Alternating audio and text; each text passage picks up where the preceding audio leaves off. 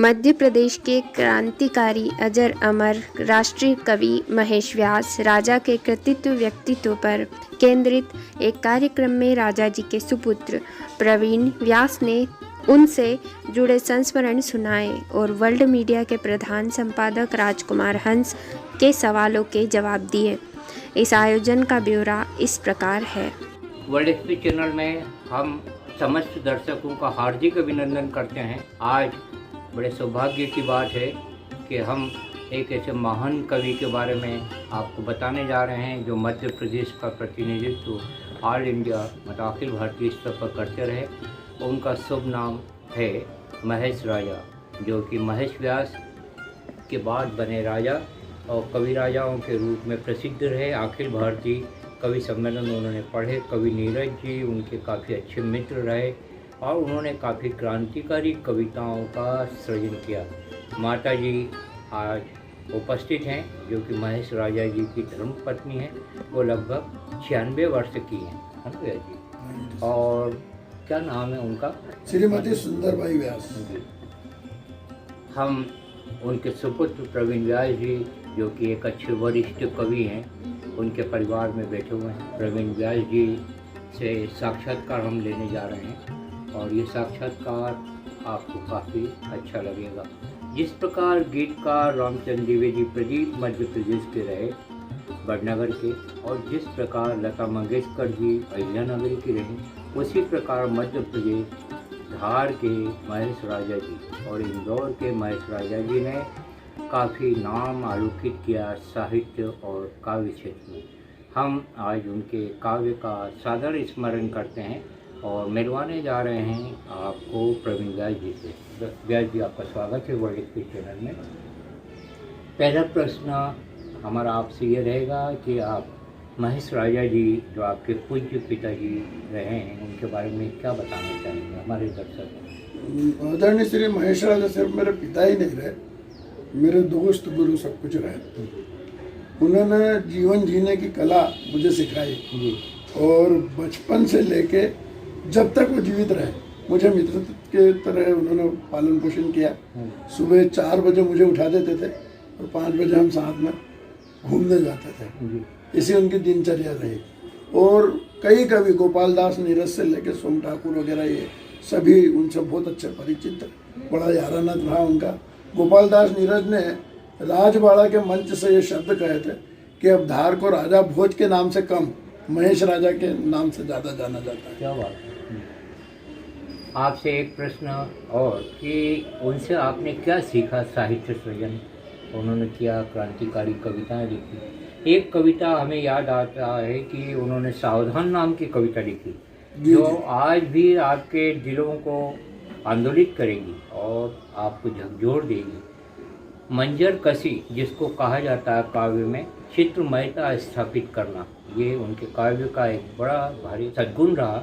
और सपाट बयानी का सौंदर्य था, भाव पक्ष उत्तम था और उनकी कविताओं में कला पक्ष का कलेवर भी बहुत शानदार रहा। हम आपको प्रवीण व्यास जी के श्रीमुख से सुनवाने जा रहे हैं महेश राजा जी की रचना सावधान। यह आपको बहुत अच्छी लगेगी। स्वागत। इसके पहले मैं 2 शब्द उनके बारे में और कहना चाहूँगा कि सही मायने में वो कवि ही नहीं रहे, उन्होंने कवित्व को जिया। और उनकी ये स्थिति रही कि मंचों के तो राजा रहे वो, पर जब वो मंचों पे जाते थे तो वहाँ जब उन्हें जो पुरस्कार स्वरूप राशि प्राप्त होती थी, तो जैसे ठंड का अवसर हो और कोई गरीब रोड पे बैठा हो तो वो पैसे जो वहाँ से मिलते थे उन लोगों को बांट के आ जाते थे। क्या बात है। मतलब हृदय से भी बहुत निराला व्यक्तित्व रहा उन्होंने। उन्हें परिवार की या किसी की चिंता नहीं थी, वो सबको एक नज़र से देखते थे। क्या बात। और मैं उनकी रचना के पहले एक बात कहना चाहूँगा। ये सावधान जो है बहुत पुरानी रचना है, मेरी समझ से ये 1960 में लिखी थी उन्होंने। क्या बात। आज 63 साल पुरानी रचना में पढ़ रहा हूँ। क्या बात। और कोई गलती हो तो क्षमा चाहूँगा, क्योंकि पहली बार मुझे अवसर आपने दिया है ये रचना पढ़ने का।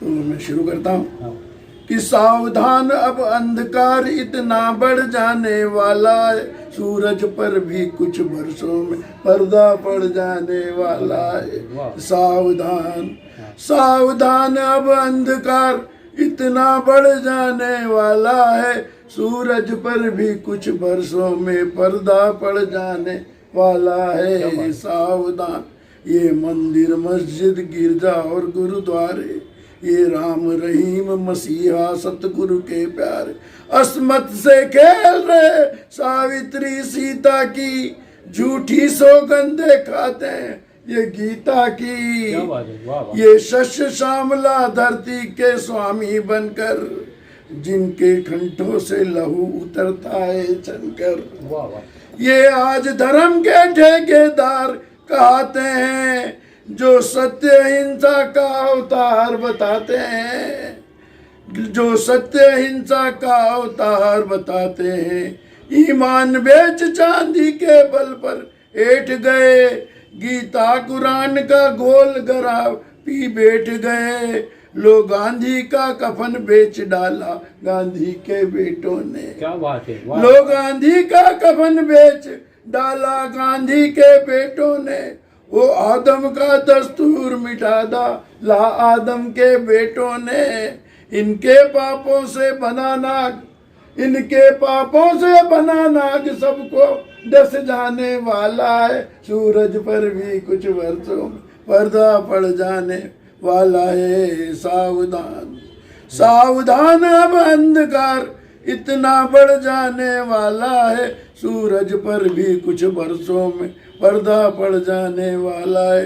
चंद्रलोक में जाने वाले मत वाले अलबेले भाई, क्या बात है, चंद्रलोक में जाने वाले मत वाले अलबेले भाई, अपना लोक तो देख कि इसमें कितनी पड़ी हुई है खाई, वाह। अपना लोक तो देख कि इसमें कितनी पड़ी हुई है खाई।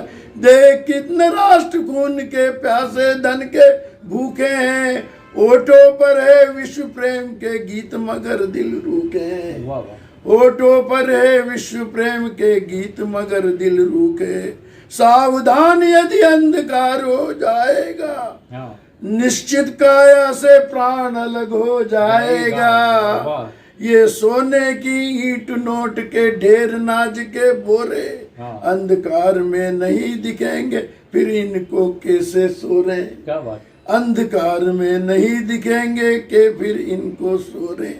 रामकृष्ण गौतम गांधी की बात अगर रखना है, वाह वाह। रामकृष्ण गौतम गांधी की बात अगर रखना है, मोहम्मद पैगंबर ईसा की कुछ लाज अगर रखना है, ईमान सुरक्षित रखो, डरो उस ईश्वर से जन त्राण करो। वाह। ईमान सुरक्षित रखो, डरो उस ईश्वर से जन त्राण करो। यदि पुनः बसंती गीत गुंजाना है, तो कवि से प्यार करो। क्या बात है।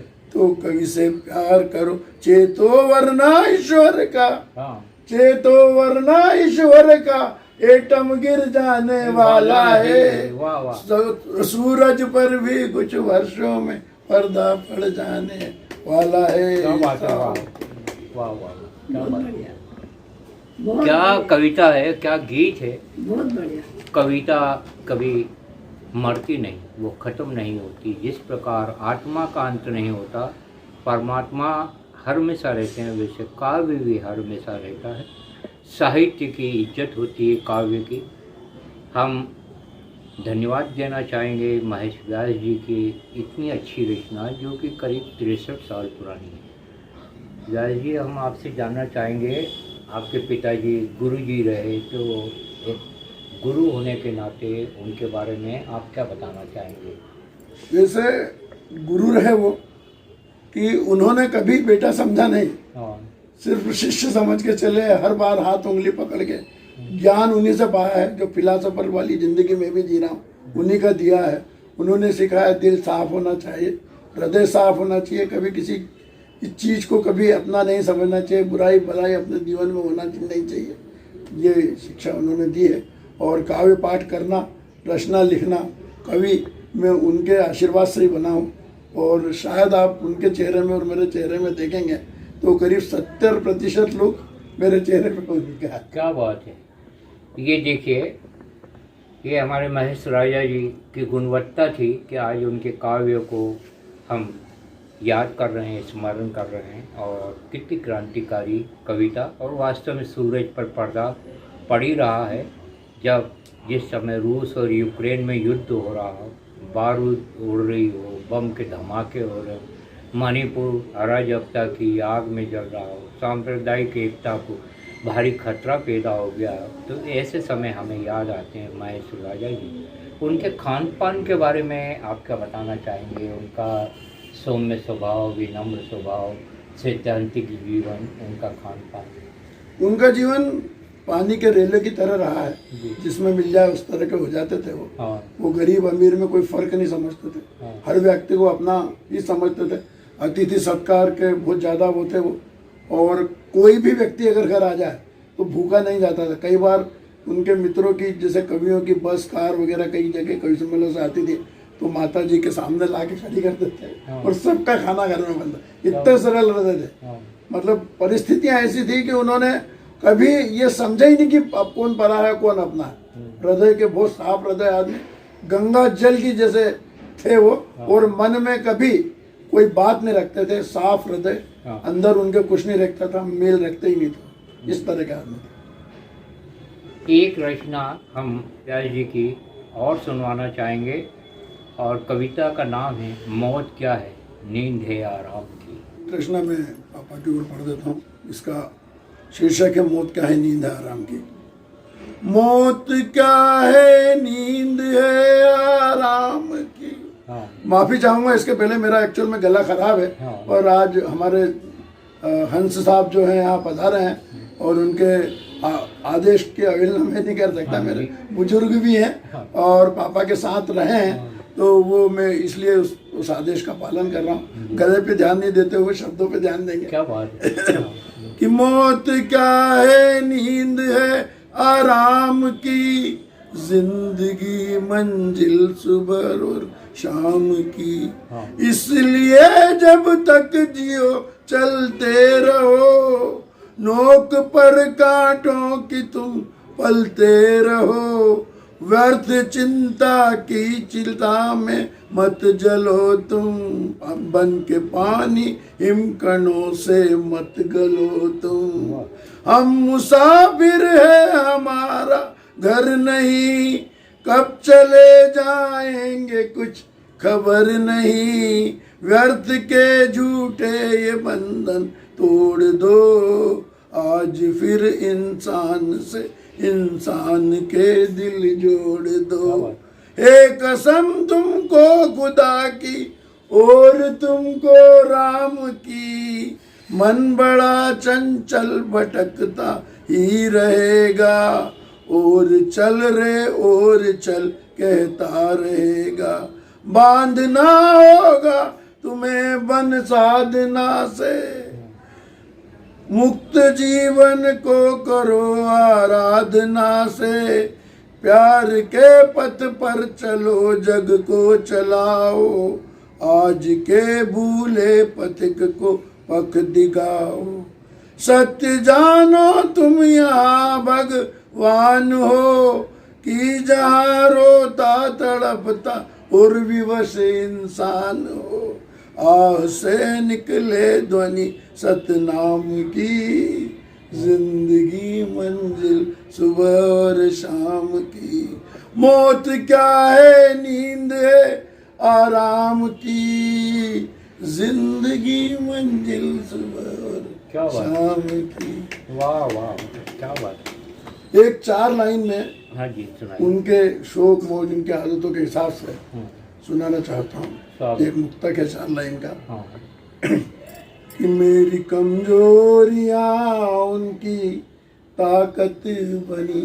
क्या बात है। मेरी कमजोरियाँ उनकी ताकत बनी, मेरी हमदर्द जग में हिमाकत बनी, मेरी हमदर्द जग में हिमाकत बनी। घूट के घूट खूओ पिए माफ है, घूट के घूट खूओ पिए माफ है, मैंने पी अगर तो बगावत बनी, मैंने पी अगर तो।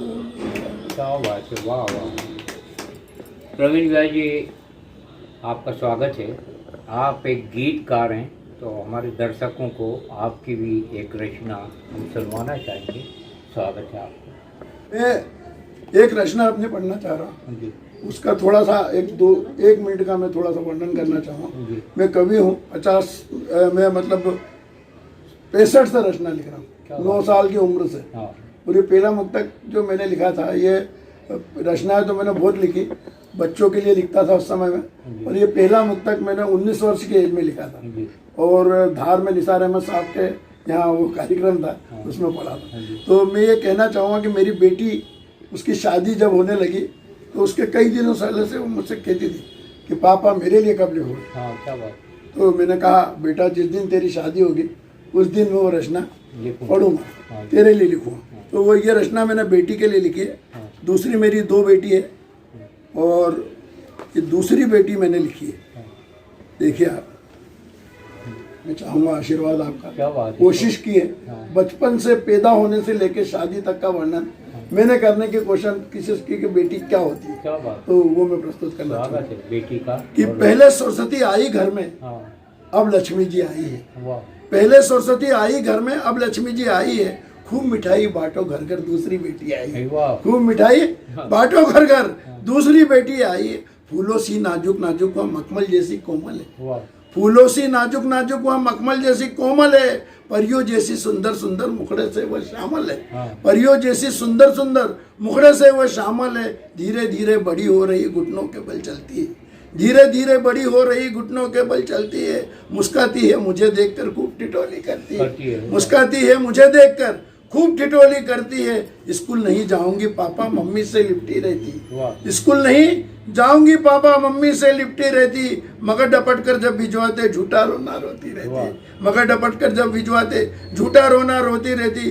कुछ बड़ी जब और हुई तो इतराती इठलाती थी। कुछ जब और बड़ी हुई तो इतराती इठलाती थी। जिद कर करके और उठ कर अपनी बात मनवाती थी। जिद कर करके और उठ कर अपनी बात मनवाती थी। बड़ी हो गई अब वह इतनी मुझको ज्ञान सिखाती है। क्या बात है। बड़ी हो गई इतनी अब वह मुझको ज्ञान सिखाती है। बाहर से जब आता हूँ मैं लिपट लिपट वो जाती है। बाहर से जब आता हूँ मैं लिपट लिपट वो जाती है। भोला भाला चेहरा उसका दिल से भी भोली भाली। क्या बात। भोला भाला चेहरा उसका दिल से भी भोली भाली। जो भी अच्छा आए खुश हो जाए ऐसी है वो मतवाली। जो भी आए खुश हो जाए ऐसी है वो मतवाली। दिल का टुकड़ा है वो मेरे सुख दुख की वो साथी है। क्या बात है। दिल का टुकड़ा है वह मेरे सुख दुख की वो साथी है। तेल दिए का हूँ घर में तो वह दिए की बाती है। तेल दिए का हूँ मैं घर तो वो दिए की बाती है। अब विवाह करना है उसको सोच सोच दिल घबराए। अब विवाह करना है उसका सोच सोच दिल भर जाए। नहीं रोक पाता हूँ खुद को कैसे दिल को समझाए। नहीं रोक पाता हूँ खुद को कैसे दिल को समझाए। ऐसा समझ रहा था वह, ऐसा समझ रहा था मैं वह जीवन भर की साथी। ऐसा समझ रहा था मैं वह जीवन भर की साथी है। मगर नहीं है मेरा धन वह दूजे घर की थाती है। मगर नहीं है मेरा धन वह दूजे घर की थाती है। धन दौलत और प्रतिष्ठा तो आती जाती रहती है। धन दौलत और प्रतिष्ठा तो आती जाती रहती है। पर कैसे विदा करूंगा उसको जो मेरे दिल में रहती है। क्या बात है। पर कैसे विदा करूंगा उसको जो मेरे दिल में रहती है। कैसा दर्द है जीवन का ये बेटी कैसी होती है। कैसा दर्द है जीवन का ये बेटी कैसी होती है। हर सुख दुख में देखो उसको साथ सदावत देती है। हर सुख दुख में देखो उसको साथ सदावत देती है। अंदर से कितना भी रहूं, अंदर से कितना भी रहूं विदा खुशी से कर दूंगा। अंदर से कितना भी रहूं विदा खुशी से कर दूंगा। बेटी तो बेटी होती है दिल पर पत्थर रख लूंगा। बेटी तो बेटी होती है दिल पर पत्थर रख लूंगा। ईश्वर से है यही प्रार्थना उसको सुख वैभव का संसार मिले। ईश्वर से है यही प्रार्थना उसको सुख वैभव का संसार मिले। इस घर में जो मिला है उसको उस घर भी सम्मान मिले। इस घर में जो मिला है उसको उस घर भी सम्मान मिले। बेटी बोझ नहीं है जग में। बेटी बोझ नहीं है जग में हर बेटे से बढ़कर है। बेटी बोझ नहीं है जग में हर बेटे से बढ़कर है। माता पिता के लिए बेटियां तन मन से न्योछावर। क्या बात है। माता पिता के लिए बेटियां तन मन से न्योछावर है। सदा खुशी और प्यार मिले बस यही कल्पना करता हूँ। वाह। सदा खुशी और प्यार मिले, बस यही कल्पना करता हूँ। दिल से दुआ देकर उस अब शब्दों को विराम में देता हूँ। क्या बात दिल है, से वाह दुआ वाह, देकर क्या बात। प्रवीण कुमार जी व्यास जी वास्तव में इस राजा जी के नाम को सार्थक कर रहे हैं। और कवि नीरज जी आपकी पसंद के गीतकार हैं, हमारे भी पसंद के गीतकार कवि नीरज जी हैं, महान कवि जो रहे और आज भी उनका काव्य अजर अमर है। हम आपको दर्शन करवा रहे हैं और संक्षिप्त मुलाकात लेने जा रहे हैं महेश राजा जी की धर्मपत्नी आदरणीय माता जी। माता जी, कैसा स्वास्थ्य है आपका? बढ़िया है जी, क्या नाम है आपका? सुंदर व्यास। जी, आप क्या बताना चाहेंगे हमारे आदरणीय महेश राजा जी के बारे में? अरे वो तो बड़े महान कवि थे हाँ और बहुत उच्च कोटि के देवता थे मेरे। जी, आप कहाँ की हैं? पियर कहाँ का आपका? मेरा राजगढ़ का है। आप राजगढ़ की माता जी हैं और उनकी कविताएं आपको अच्छी लगती थी? बहुत अच्छी है। बहुत अच्छी कविता लगती थी और आज माता जी ने उनकी रचनाओं को दाद दी, ताली बजाकर स्वागत किया। प्रवीण कुमार व्यास जी की भी रचनाओं पर उन्होंने तालियां बजाई। तो हम आपसे कहना चाहेंगे कि यदि आपके कोई पूर्वज कलाकार हों और कलाकार हैं तो उनकी आप इज्जत कीजिए। साहित्य और कला के विकास के लिए वर्ल्ड मीडिया टीम आज महेश राजा जी की धर्मपत्नी हमारी आदरणीय माता जी के दर्शन करके अपने आप को धन्य समझ रही है। और हम आपसे आग्रह करना चाहेंगे प्रभु से कि माता जी लंबे जीवन तक जिएं। आपसे एक प्रश्न और है, महेश राजा जी के बारे में क्या बताना चाहेंगे और कुछ? अरे उनके बारे में तो कुछ नहीं कह सकती हूँ मैं। इतने महान कवि थे हाँ कि कोई बात नहीं कर सकती। बहुत बढ़िया कवि थे हाँ और उच्च कोटि के जी। रहने वाले। बहुत अच्छा। उनकी रचनाएं कवि सम्मेलन में सुनी भी होंगी आपने? बहुत सुनी। बहुत रचनाएं माता जी ने सुनी।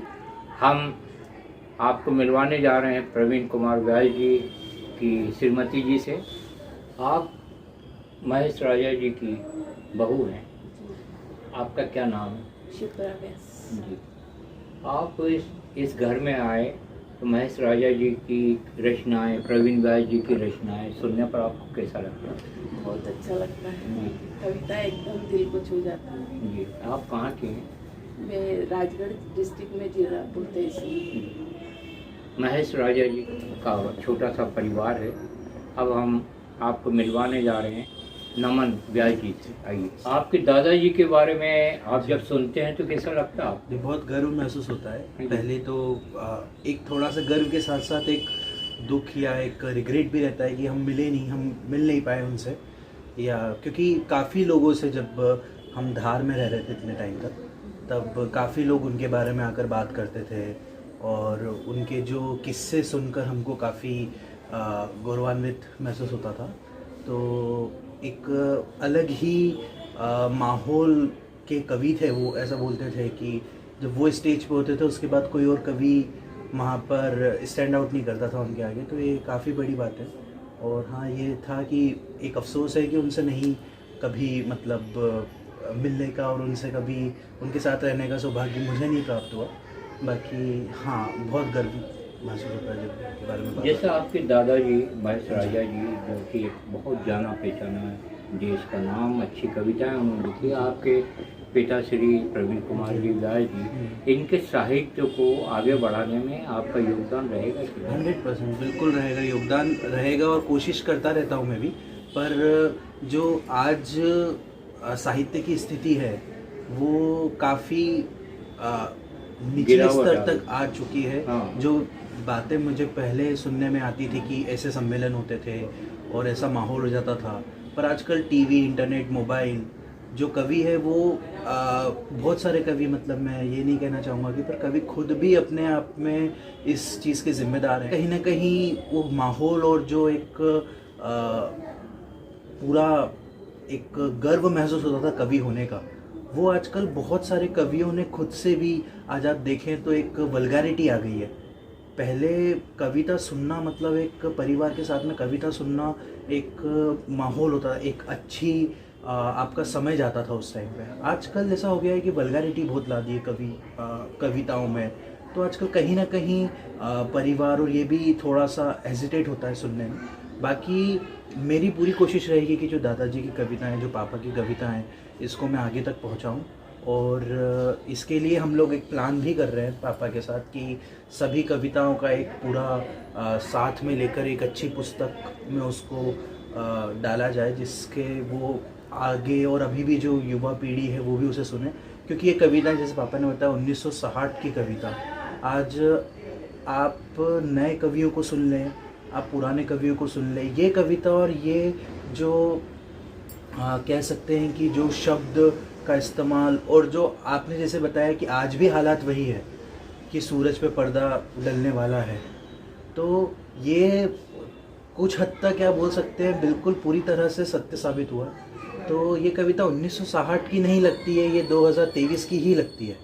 तो ये बहुत बड़ी बात है कि 63 साल का जो समय का गैप है उसको एक कविता के द्वारा फिल किया जा सकता है, जो आज का हर युवा उससे कनेक्ट करेगा। जैसा आपने बताया, मणिपुर की घटना आप ले लो, आप हरियाणा में जो नूह में जो घटना हुई उसको आप ले लो, तो ये कविताएं काफ़ी हद तक उसको पूरा वर्णन करती है जो 1960 में लिखी गई। तो वो 63 साल में एक पिक्चर बनेगी, वो पुरानी हो जाएगी, कोई गाना होगा वो पुराना हो सकता है, पर एक कविता का इतना रेलेवेंट होना 63 साल बाद, ये बहुत बड़ी बात है। बहुत अच्छी बात कही नमन व्यास जी ने, और काफ़ी ऊंचाइयों तक आज की इस चर्चा को और इस कार्यक्रम को उन्होंने पहुंचाया है। कविता का स्तर गिरता जा रहा है और अश्लीलता के कारण, फुहरता के कारण, चुटकुलेबाजी के कारण कवि सम्मेलन लगभग ख़त्म हो गए। और कविता का जिंदा रहना बहुत ज़रूरी है, और जिंदा रख सकते हैं सुनने वाले और सुनाने वाले। सुनाने वालों का ये दायित्व होता है वो देश के प्रति लिखें, जैसे राष्ट्र कवि दिनकर हों, चाहे सूर्यकांत त्रिपाठी निराला हों, चाहे हमारे गीतकार प्रदीप जी हों। आज उनका काव्य अजर अमर है, और इसी श्रृंखला में आदरणीय महेश राजा जी का नाम अजर अमर है और अजर अमर रहेगा। उनके काव्यों को, उनकी तपस्या को सादर नमन करते हुए हम आपकी प्रतिक्रियाएं आमंत्रित करते हैं, और आपसे कहना चाहेंगे कि साहित्य को जिंदा रखने के लिए आप मीडिया का साथ दें। वर्ल्ड एक्सप्रेस आपके साथ है, हर हमेशा आपके साथ रहेगा। इनकलाब जिंदाबाद, भारत माता की।